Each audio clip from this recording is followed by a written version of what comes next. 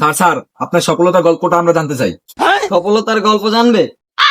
সফল হতে গেলে বিজনেস করতে হয়। জি স্যার, জি ওইটাই। আপনি তো এখন অনেক নামি দামি বিজনেসম্যান, আপনি সফলতা আগে কি করতেন? হ্যাঁ জি জি, আমি সফল হওয়ার আগেও একটা বিজনেস করতাম। সেটা কি বিজনেস ছিল স্যার?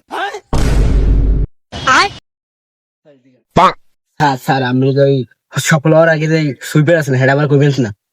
বেয়াদব, আমি এগুলো বলবো কেন? আমি তো বলবো যে বাচ্চাদের আমি মানে দেখতাম, দেখাশোনা করতাম, এগুলো বলবো। রাইট রাইট, ওটাই বলবেন। তো আমি যে বিজনেসটা করতাম, মানে আমি যে বড়লোক হয়েছি তার আগে যে বিজনেসটা করতাম, সেটা ধরো নরমালি বাচ্চাদের দেখাশোনা করতাম, ওদের সাথে খেলতাম, আর ধরো মাঝে মাঝে ওদের পটি সাফ করতাম। জি স্যার। আচ্ছা তুমি বোঝো না?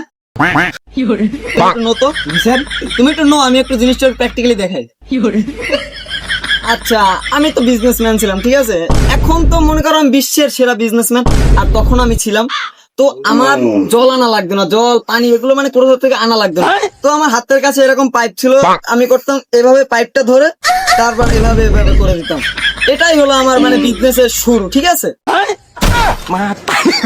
স্যার, এতে তো আপনার বিজনেসম্যান হওয়ার কথা না, আপনার তো সুইপারম্যান হওয়ার কথা ছিল। বেয়াদব, আমি ইন্টারভিউ দেবো না তোমাকে। তোমার মতো কত মানে সাংবাদিক আসে যায়, এগুলো আমার কোনো দেখার বিষয় না। আমি তোমাকে ভালো পাই ইন্টারভিউ দিতে চাইছি, তুমি যে আমার সাথে যে আচরণটা করলা, আমি আর ইন্টারভিউ দেবো না। তুই যা যা।